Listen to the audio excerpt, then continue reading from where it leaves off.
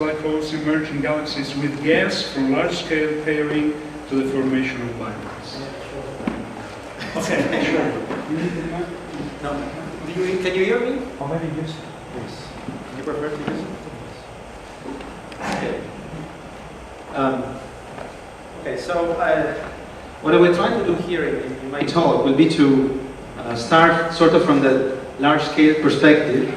So I come from the side of people who work mostly on galaxies, and so it's not working. Okay. And so to me, the main interest is understanding the connection between the large-scale processes related to galaxy formation and the formation and dynamics of supermassive black holes. So I will start my talk by reminding people about some of the general and fundamental notions that constitute the basis of trying to connect the large and the small scale. And then I will go into the real subject of the talk, which is understanding how a binary supermassive black hole can form and decay and shrink eventually to the radius at which you might enter the gravitational wave dominated regime in the context of systems where the gas is the main component driving the decay of the black holes. So as you say, we will start with some large-scale notions. We will talk about the pairing of supermassive black holes at large scales. Then we will go to the formation of binaries. And we'll also, even though I will focus on gaseous environment, I will remind also some results on stellar dynamical case. I know that there are other speakers at this meeting who will cover that more in detail. And then I will describe some of the latest results regarding these multi-scale simulations of galaxy mergers, where we try to connect in the simulation, not just in the scenario, but in the real calculation, the large and the small scale. So, just a short preamble, we know that supermassive black holes do not occur in random places, but they occur in galaxies. So it's clear that if we want to understand how they form and grow and evolve, we also need to understand galaxy formation evolution. And perhaps the same is true for the opposite connection. And you can recognize the jet coming now from M87, which was one of the most massive supermassive black holes in the nearby universe. So there are some basic facts that people today give for granted, although we have to always keep our mind open and think that maybe it's not so simple as we think it is. But certainly everybody believes that supermassive black holes live especially in one type of galaxies, in galaxies that have a stellar spheroid. And we know there are correlations, observed correlations, between the properties of this stellar spheroid and the mass of the supermassive black hole at the center of it. The first one that was discovered now 10 years ago was the correlation between the luminosity of the stellar spheroid and the mass of the black hole. And then the one that is believed to be the tightest, the most significant correlation is that between the velocity dispersion, the standard velocity dispersion of the spheroid and the mass of the black hole. And here you see one of the renditions of this relation, the so-called sigma relation. Now, I won't cover much of this, but for the sake of discussion, we have to keep in mind that there are some galaxies that do not really fit into this picture because they appear to have a black hole, but they have a very small bulge, a very small spheroid, or even no bulge at all. And you see here, one example of these galaxies is NGC 4395, which is an SD galaxy, almost irregular. It's extremely similar to one of the galaxies in the local group M33. And so if you look at it, it basically doesn't have a bulge at all. It only has a very small stellar nucleus the size of less than 30 parsecs. And yet, it has a very low luminosity Seyfert nucleus in the same position where the stellar nucleus occurs. So it hosts the black holes. The determination of mass of this black hole from the broadline region gives it around here. But again, it's not a stellar spheroid. So there are things that we don't really understand, that they don't really fit into the usual connection between stellar spheroids and black holes. This is just to keep it in mind. Maybe we can bring it up again in the discussion. So, forgetting about these possible exceptions, if there is a connection between supermassive black holes and stellar spheroids, then it also means that there must be a connection between supermassive black holes and galaxy mergers, because as we know, the standard model to form spheroids, bulges, and also large elliptical galaxies is by merging disks. Here you see a movie done by one of our students in Zurich. You've probably seen many of these through the years. So this is an old idea that goes back to almost 30 years ago, and is still the main channel of formation, still believed to be the main channel of formation for elliptical galaxies. Now again, talking about caveats and exceptions, while this scenario is probably true, there are some spheroids with supermassive black holes that are not the classical bulges that you would produce with such a merger of two disks. They are the so-called pseudo-bulges. Maybe some of you know what I'm talking about. These are spheroids that have properties more like disks. They are, they're bluer, they have disk-like kinematics, so they are not just supported by velocity dispersion, but they have significant rotation. Their photometric properties are also different from the classical bulges. They're not just pure devaluer profiles, but they can be fit even better by an exponential profile like a stellar disk. So again, there was a recent work by Hu 3 weeks ago, where he showed that you can actually construct a different M-sigma relation just taking these pseudo-bulges. So again, let's keep in mind these exceptions. So if there is a connection between merged and supermassive black holes, then of course the cold dark matter universe is an ideal place to look for that, because in the cold dark matter universe everything grows by mergers. And so we build large halos from small halos, and then the goal that we might try to achieve in a meeting like this is thinking more and more on how to connect the dynamics of dark matter that you can see here, an example of a large-scale and body simulation, to the baryonic processes and the small-scale processes in general that give rise to supermassive black holes. And people have tried to do that in various ways. The most popular way, which has been tried by many, is using semi-analytical models where you don't use the simulations at all, but you try to reconstruct the dynamics of merging halos using merger trees from the extended projector, and then you couple it with phenomenological laws for the baryonic physics. And the second way of doing it, which is started only recently, is to use fully hydrodynamical cosmological simulations. So where you try to do everything in the simulation, but you still need to assume a lot of phenomenological laws for processes that are not resolved directly in the simulation. And you will see an example of that in the next few slides. And then there is a mixed approach in which you use M-body merger trees, but then you couple these merger trees with semi-analytical models, and I think one of the speakers here might talk about that. So this is an example of the more direct approach in which you try to do everything with a simulation. This is a recent paper that appeared over the last year, and here you see what they do here is they start from a large box where they can resolve several massive halos, and then they have radiative cooling, they have star formation, and they have subgrid models, so phenomenological laws again, not direct modeling, to describe star formation, the feedback from supernovae during the star formation process, and also the growth and effect of supermassive black holes onto the surrounding environment. So just want to point out that these type of simulations, they have a fairly poor spatial resolution when it comes to talk about supermassive black holes. They only resolve down to 2 to 5 kiloparsecs, so this is a much larger scale than the scale at which the coalescence, even just the sinking of the two supermassive black holes might occur. So this is important to keep in mind. So what they do, in order to circumvent these limitations in the resolution, they start from a seed black hole with a mass larger than 10 to the 5 solar masses. And this is created by hand in all halos that have a mass larger than 10 to the 10 solar masses. And then once it's created, as you see these yellow dots here, these are black holes that are popping up as the simulation proceeds from redshift 10 to redshift 1.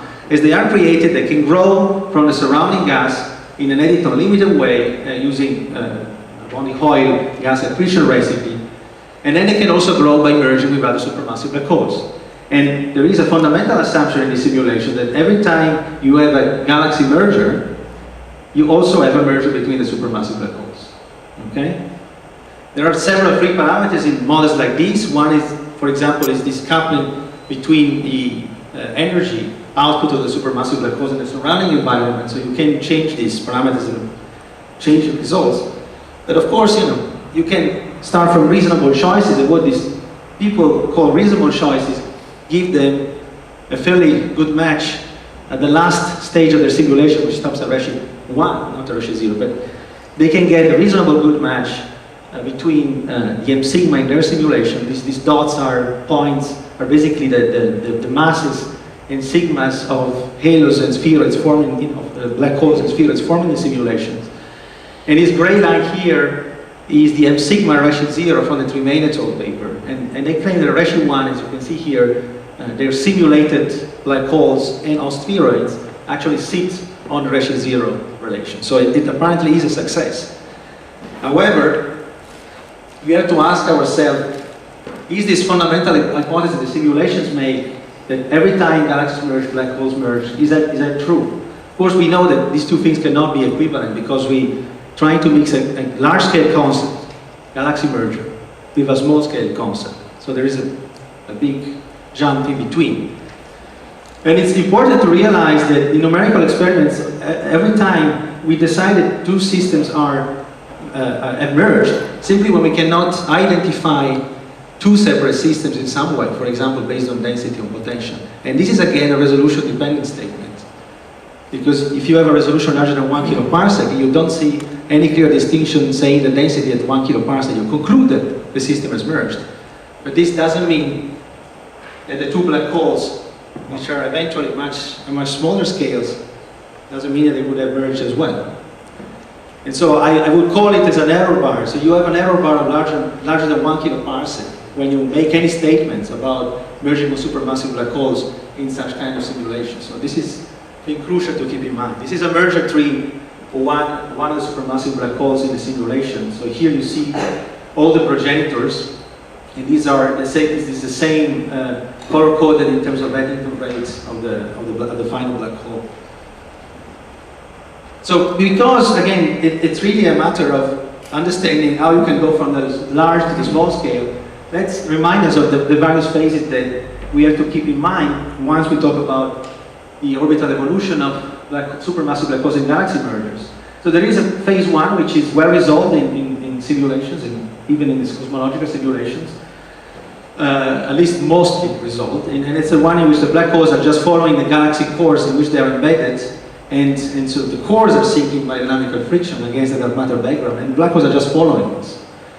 Then there is a second phase which is not resolved anymore in the cosmological simulation, and that's when the cores are merged. Then you have a supermassive black hole binary which eventually finds itself in the center of the new system and will continue to sink by dynamical friction against stars or dark matter or even a gas. And then you have a third phase which, at least in the context of stellar dynamics, is the slow hardening phase in which three-body encounters between the binary and the surrounding star start to matter, and it can actually lead to stalling of the decay itself. Or you might have friction against the gaseous background, which might change the picture, as we will see in a moment. And then, of course, you have phase 4, once you are below 0.01 parsecs, but that depends on the mass of the supermassive black hole, of course. You might actually reach the regime where gravitational waves start to dictate the sinking process. Now, if we start with the pairing large scales, even there are some things that large-scale simulations cannot really tell you. If you do a different type of numerical experiment, so you just have a binary merger, so you simulate just a binary merger, two galaxies merging with a supermassive black hole at the center. And then you can increase the resolution down to 100 parsecs, so that's about 10 to 50 times better than in a cosmological simulation. And then you can ask yourself, where do the black holes end when the galaxies emerge? So now your statement about merging is an error of 100 parsecs, not 1 kiloparsec. What you see here, in the case of equal mass mergers, so two identical mass galaxies, if you don't have gas in the galaxies, the two black holes end up in the center, center meaning distances of 100 parsecs, which is the smallest you can resolve. If you have gas, 10% of the baryonic mass is in gas in this particular case, they also end up at the minimum resolvable distance. But then if you consider an unequal mass merger, so one galaxy is 4 times smaller than the other one, then things start to become very different depending on whether you have or you not have gas. In the first case, this one here, you don't have gas, and the two black holes end up at several kiloparsecs. So the two galaxies are merged. You don't see any, you don't see two density peaks. You see only one density peak. So you call it a merger. But the two black holes end up at several kiloparsecs. So they don't actually merge. They will never reach a distance where they can coalesce. And the reason why is that is because in this case, the small galaxy is disrupted by tidal forces before it actually sinks really to the center. So it leaves the black hole at some distance from the center, and that's it. You're done. In the case where you have gas, the result is different because in this case, the small galaxy is much more resistant to the effect of tides, because what happens during the merger, gas goes to the center due to tidal torques. It makes the small galaxies much more centrally concentrated. The density goes up to the point that it can survive and sink to the center and deliver the black hole to the center. And so in this case, when you have gas, the two black holes end up at the center, meaning under parsec scale, exactly as in the case of the equal mass merger. So you have a major difference between having or not having gas as soon as you go to an equal mass mergers. And you see what I was telling you about before, that the real cause of this difference is the gas inflow. When you have a merger, 4-to-1 merger with gas and cooling, so here you see the mass of the gas as a function of time, so different curves refer to different times for the big and the small galaxy. And the gas inflow, you can see it because in both, so the dashed line is the big galaxy and the solid line, the small galaxy. You see that the gas mass in both galaxies increases with time in the central 2 kiloparsecs. But it increases even more for the small galaxy. So at time 6.5 gigayears, when the merger is completed, there is more gas in absolute terms in the small galaxy than in the large galaxy. So this is because the gas inflow in the small galaxy is particularly strong. So that makes this result that I show you here. Now let's go now to smaller scales. So if you go below 100 parsecs, then you have two ways of following the eventual decay of the black holes. You can consider a collisionless background, so stellar dynamical case, or you can consider a case where there is gas. Let's look at the first one first. Again, it will be covered more by other speakers, I guess, but let's remind just the main results. So there's been a lot of effort in modeling with body simulations, the stellar dynamical case, and the main outcome of that is that if you consider spherical stellar systems, the binary supermassive black hole stalls soon after its formation. So once you reach below a parsec, stars begin to be ejected by the binary, and so it basically creates this famous loss cone. And this is the time where dynamical friction is suppressed. And this is what we call the last parsec problem. However, there are ways to solve that, and perhaps Alexander will talk about one of these, and that's to increase the dynamical relaxation using massive perturbers that can refill the loss cone. And massive perturbers could be molecular clouds, for example. It can scatter stars into the loss cone. You see that these results in numerical simulation depend a lot on numerical resolution again. And you see here one of these simulations of two black holes in a spherical system. And you see here a case for different number of particles. So the solid line here is the highest resolution case. This is the inverse of the separation as a function of time. So you see that as you increase the resolution, the separation of the two black holes varies less and less with time. This is what we call stalling, in the sense that if you had infinite n, if you extrapolate this to infinite resolution, you would expect that the separation stalls. Okay?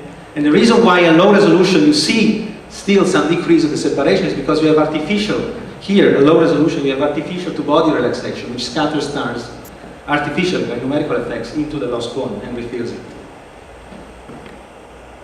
Now, if you consider a more realistic case where the system is not spherical, but it's triaxial, it's more realistic because elliptical galaxies or bulges are triaxial, then the situation is different, and it looks like you can partially refill the loss cone and continue the sinking of the two black holes.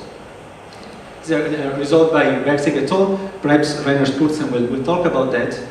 The final separation reached in this kind of simulation is such that the decay of the two black holes should occur down to really coalescence scale in about few times 10 to the 9 to 10 to the 10 years. So just in time, just before, just within the age of the universe. At least for a supermassive black hole larger than 10 to the 8 solar masses. And here you see an example of the effect of the triaxiality. So what the triaxiality does, it changes the orbital dynamics of stars, and again, it allows some stars to continue to plunge in and refill the lost cone even in the late stage, which you never have when you have a spherical system. And you see here an example of that. To see there are different results of the simulation for different rotation rates. When the rotation rate is omega is higher, the triaxiality of the system also becomes higher. Okay? That's what they do in this kind of calculation. So you see that for the case, again, you have the variation of the separation. So the variation of the separation with time is a function of this is the number of particles. And the different symbols correspond to simulations which have different degrees of rotation and so different degrees of triaxiality. So look at the case with spherical systems and the case with the strongly triaxial system, 1.8. You see here at very high resolution, so the result that you believe more. In the case of the spherical system, this is where your separation has changed to. And in the case of the triaxial system, the separation is already still changing at a very high rate. Okay? So this seems to be one of the ways to solve the last partial problem in the context of stellar dynamic mergers. However, we know that galaxy mergers are dissipative. There is a lot of gas in galaxies when they merge. Here you see an example of that. That's the famous ultraluminous infrared galaxy R220. And the most evident proof of the fact that there is a lot of gas is that there is a starburst in this galaxy. So there's a very high star formation rate, which means a lot of gas is being converted into stars. Okay? That's why it's called an ultraluminous infrared galaxy, because you have a lot of infrared emission from the center due to the star formation. Now, if you look at the center of this type of merging galaxies, and also galaxies that have just merged according to their morphology, you typically see a lot of gas in their centers, but this gas has a structure, has a coherent structure. Typically, like in the case of R220, you see, and there's a rotating gaseous structure. This is an intensity mapping molecular gas using CO. There is a rotating gaseous structure, and the fact that it's rotating, you see it from the Doppler shift. There is a red and blue shift. So these structures are interpreted as rotating nuclear disks. They have a size of about a few hundred parsecs. So this scale is, I think, is of order 200 parsecs or so. And when you can do spectrometry in some of these cases, you can also get the kinematics of this nuclei. For example, for the case of Markarian 231, which is a recent merger, is interpreted as a recent merger, you see that it can reconstruct a velocity profile, and there is a signature of a possible rotational velocity of order 50 kilometers per second. The same objects also have a very large line width, which is interpreted as the turbulent motions, the velocity dispersion inside the disk. And you see these turbulent motions, they go up to 150 kilometers per second in the same object where you have a rotation of 50. So it means that turbulence is more important for the kinematics than, at least in this particular case, is at least as important, or perhaps even more important than the rotation. But there are other cases where they are comparable, where rotation is actually more important. But the point is, both of them are an important aspect of the kinematics. You cannot forget that you have a turbulent rotating disk, not just a rotating disk. Now, you can try to see what happens in a high resolution simulation of a merger with gas. See whether you form structures that are similar to the ones that people observe. So this is an example of a simulation that Stelios Katsidis and I did a few years ago, where the resolution is about 100 parsecs. So here you're observing an equal mass merger, and you see the two gas disks of the two galaxies as they're approaching each other. So the scale here is about 50 kiloparsecs. Now we're zooming in the last stage of the merger. Now we have a scale of about 10 kiloparsecs in this box. And you see that you actually form a rotating nuclear disk there, and this is a scale of about 100 parsecs. Okay? Now, the thing is that you form a nuclear disk, but the scale of the nuclear disk is really close to the resolution limit of the simulation. So you can't really say much about the structure of these disks. You can only say that they are there. They are rotationally supported, as you can see here. This is a velocity field. These vectors are velocity vectors of the gas particles. So you have a denser component here and a looser, a shallower density component in the outer part. And you see a disk-like structure actually out to very large radii, out to tens of kiloparsecs. So it's sort of an embedded disk situation. And the mass of this nuclear disk are over 10 to the 8, 10 to the 9 solar masses. Densities are fairly high, they reach 10 to the 4 atoms per centimeter cube. And these numbers are fairly similar to the numbers inferred from the observations of ultraluminous infrared galaxies. And they occur in any sort of merger with gas that you can try, at least that we try, so they don't depend on parameters. Even changing inclination of your merger does always produce this kind of coherent disk. Now, in this particular case, then you want to ask yourself, what happens to the black holes? Where, again, in these simulations, you cannot say that, but you can do small-scale simulations and try to model the parsec scale interaction between the black holes and the gaseous environment. So you can do it in a very simple case in a spherical cloud, and here you see an example simulation by Escala et al. You see the two black holes, and this is the wake they excite as they're moving. So this trailing wake is the popular dynamical friction wake. So this is produced by the fact that an overdensity is trailing the black holes as they're moving into the background, and this overdensity is actually breaking them. So this is dynamical friction, the classic terms. However, in this work by Escala et al., they find that there is a second regime when the black holes reach a distance of about a parsec. A second regime where it's not the classic dynamical friction which is driving their decay, but it's more what they call an ellipsoidal torque. So what they observe is that the separation, the orientation of the separation between the two black holes is misaligned with the orientation of the mass distribution around them, which is gas essentially. And so this misalignment produces a torque which accelerates the decay compared to the case of just standard dynamical friction. And you see that in that plot on the right. This is what happens if your simulation cannot resolve the ellipsoidal torque. You have a stalling, even in the case of a gaseous environment. And when you can resolve the ellipsoidal torque, instead, you continue to sink down to the resolution limit. And they, in particular, in this case, they can bring the black holes down to a distance of 0.1 parsecs. And so they claim that this might be a way to solve the parsec problem, the last parsec problem. Now, even dynamical friction itself is more efficient in a gaseous environment than in a stellar dynamical environment.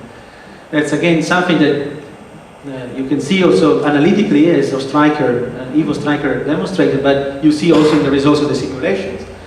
So dynamical friction is similar qualitatively in gas and stars case, but that factor there is different in the two cases. So if you plot the dynamical friction force versus what you can call the Mach number, so the ratio between the velocity of the black hole and the sound speed of your system, which would be the velocity dispersion in the case of stellar dynamical system. What you see is the following. So this is what you expect from the purely stellar case. So the standard dynamical friction in a Chandrasekhar case in a stellar dynamical background is green line. This is what you expect analytically for the gaseous case, and this is what you actually see in the simulations for the gaseous case. So the bottom line is when your black hole is supersonic, so when this ratio is 1, the red line, as you see the simulation result for the gaseous case, stay above the purely stellar case, which is the green line, which tells you that dynamical friction is more efficient for the supersonic case in the case of a gaseous environment. It's not a major difference, but you know, it can be a factor of 2 to 3. So it certainly changes your time scale. Now you can go to the next step and evolve the two black holes in a model of a rotating nuclear disk, which now doesn't have the large-scale merger around it. So you can focus your resolution on the nuclear disk itself. So you make a model based on the observations, and then you follow the two black holes down to parsecs or less. And in these simulations that are done mainly by two groups, and Massimo Dotti is here, we'll talk more about this.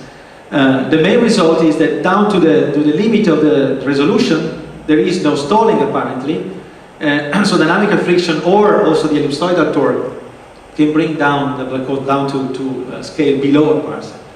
Here you see these two black holes in this nuclear disk, so these two bright spots are the black holes that are creating a dense gaseous clump around them as they are actually attracting gas. And you can see also the wakes due to dynamical friction that appear like spiral, like trailing spirals. And on the right you see an example of an orbital decay. You see that you have first a fast phase and then a slower phase, but the sinking continues down to the resolution limit. Now, if you compare the orbital decay, the simulations between gas and stars, again, the black line is the case with gas, and the green line is the case with stars. So it's the same simulation with a nuclear disk and a stellar bulge. In this case, the black line, in the green line case, you don't have the nuclear disk, you just have the stellar bulge. And you see that the decay rate is faster, definitely faster for the gaseous case, the black line, than for the stellar case. And the simulations of this kind have reached at most a resolution of 0.1 parsec. So that's where we have been able to take it. And you see here an example of the same simulation. This is from the paper by Massimo Dotti, where the same simulation, which was the separation as a function of time given by the black line, the same simulation is restarted with more resolution. That's the red line. The resolution now is 0.1 parsecs, and you see the decay continues to the new resolution. Now, this of course doesn't mean that it will continue even below 0.1 parsec. We don't know it. So if you naively extrapolate these results at 0.1 parsecs to smaller scale, you would conclude that you might have coalescence over a time scale that ranges between 10 to the 7 to 10 to the 10 years, depending on the mass of the black hole. This is just taking the results of Escala and the results of Dotti together. They consider different black hole masses and extrapolating what they find at 0.1 parsecs. But of course, this is just an extrapolation. So, is it really that gaseous interactions can resolve the large parcel problem? I think we don't know it yet. It's promising, but we can't say that that's the case. Especially we don't know whether we can extrapolate the decay rate.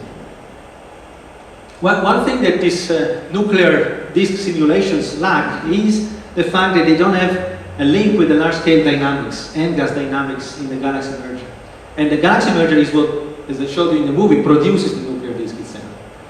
So in order to establish this link between the large and the small scale, you need somehow to include the phase that produced the nuclear disk. And this is important because depending on the size, the density, the pressure support, the kinematics of the nuclear disk, you will have a different effect of dynamical friction. So you might have a different decay rates of the supermassive black holes. And so then the question is, what is the time scale, at least of the first phase in which you form the binary supermassive black holes, if you really consider realistic dissipation of merger. So you really connect scales to 100 kiloparsecs to scales of about a parsec. So that's what we try to do.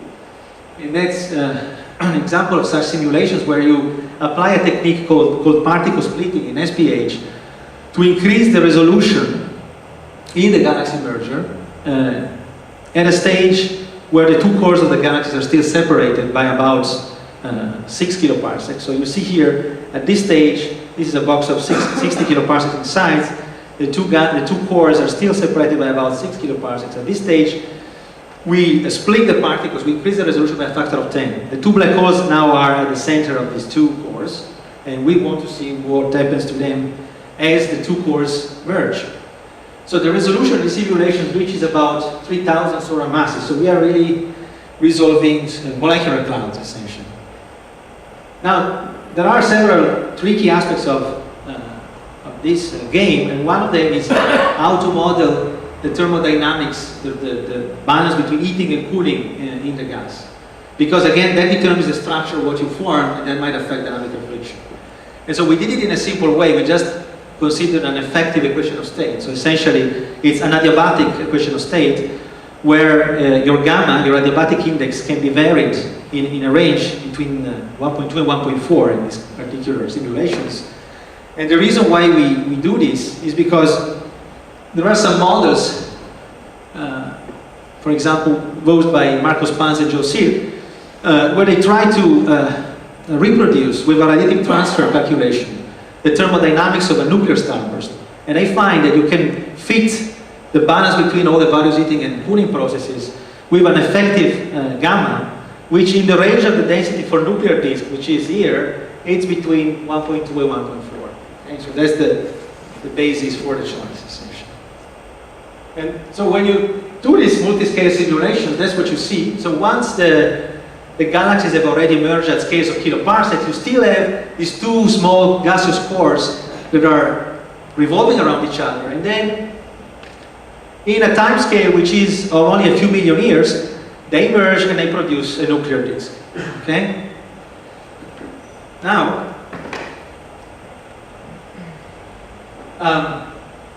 if you look more in detail about the time sequence, again, from the large scale here you see the two the galactic disks merging, and then they reach this critical separation when we do the splitting at 5.1 gigayears.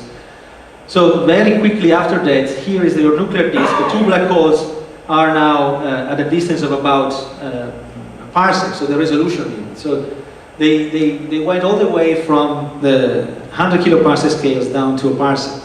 That's where the simulation has to stop, because we don't have any more resolution. If you look at the orbital decay of the two black holes, this is the phase where they're still embedded in two cores. So this orbital modulation is due to the fact that the two cores are still revolving around each other. But then here is when the nuclear disk is forming, and that's the phase of decay in the nuclear disk, which is extremely fast. You see it covers less than a million years. So in less than a million here, the two black holes reach a separation of 2 parsecs, and at this stage they are already forming a bound binary. Okay. Now this result is actually dependent on the thermodynamics of the disk. So I showed you the result for what we believe is the realistic case, where we use this adiabatic index motivated by these detailed radiative transfer models. However, you can ask yourself, what if I have a different gamma? For example, if AGN feedback, which is not well understood by anyone, if AGN feedback is extremely effective at eating the gas around the black hole, as some models predict, you might shut off completely the cooling, the radiative cooling. And at that point, your system will behave in a different way. Your adiabatic index could be higher. It could be the classic adiabatic index for an atomic gas, so 5 Hz, that's as high as you can go. So if you have an adiabatic index of 5 Hz, which is larger than what we chose before, result changes. And you see that instead of a nuclear disk, you form a diffuse cloud. This is what you see here. This is the edge on and the face on. They look equal because it's almost a spherical cloud, essentially. And the two black holes end up at a much larger distance. So they don't sink down to the scale at which they form a bound binary. They remain unbound. The reason why you have these differences is because in the first case, with our standard model, the black holes are moving supersonically, so dynamical friction is very efficient, and you have this very high density nuclear disk. So again, dynamical friction is very efficient because of that. Here you have a pressure supported cloud, low density, and the black holes are subsonic. And so dynamical friction is extremely inefficient in this second case. And so when you look at the orbital separation, they're very different. This is the one that I showed you before. So here you form a binary, and this is the one with the high adiabatic index. The two black holes, they remain a very loosely bound pair, they never form a binary. And you see that there's no inflow sinking at the end of the simulation. So I will conclude with just 2 slides of what we are doing now to progress further. One thing that we are doing is to, since there is this high sensitivity to the thermodynamics, one thing that we are trying to do is to go beyond this effective equation of state model and really try to make a realistic model of the interstellar medium in the nuclear disk. And here I'm showing you an example from a different type of simulation, from galaxy scale simulations. And here, just to show you what happens if you have a simple model which is similar to the effective equation of state that we use for the nuclear piece, and if you have a more realistic model where you're trying to follow the explosion of supernovae when they produce blast waves and they naturally produce a two-phase medium, you see that the structure, this is the density, the structure of your disk changes completely. Here you have a very smooth disk. Here you have an extremely clumpy and porous ISM. And of course, densities and pressures will be different there, and so that might have an effect on the sinking of the two black holes. So this must be understood. And then the other thing that we're trying to do is to bring down the multi-scale simulations to another order of magnitude further in. So taking the merger down to 0.1 parsecs. And this is a work in progress. At the moment, the two black holes, I'm showing you just an output that came 2 days ago. The two black holes are at a distance of about 0.5, so they went below 1 parsec, but we don't know whether they will continue to decay or not. So it's an extremely time-consuming calculation which takes months, unfortunately.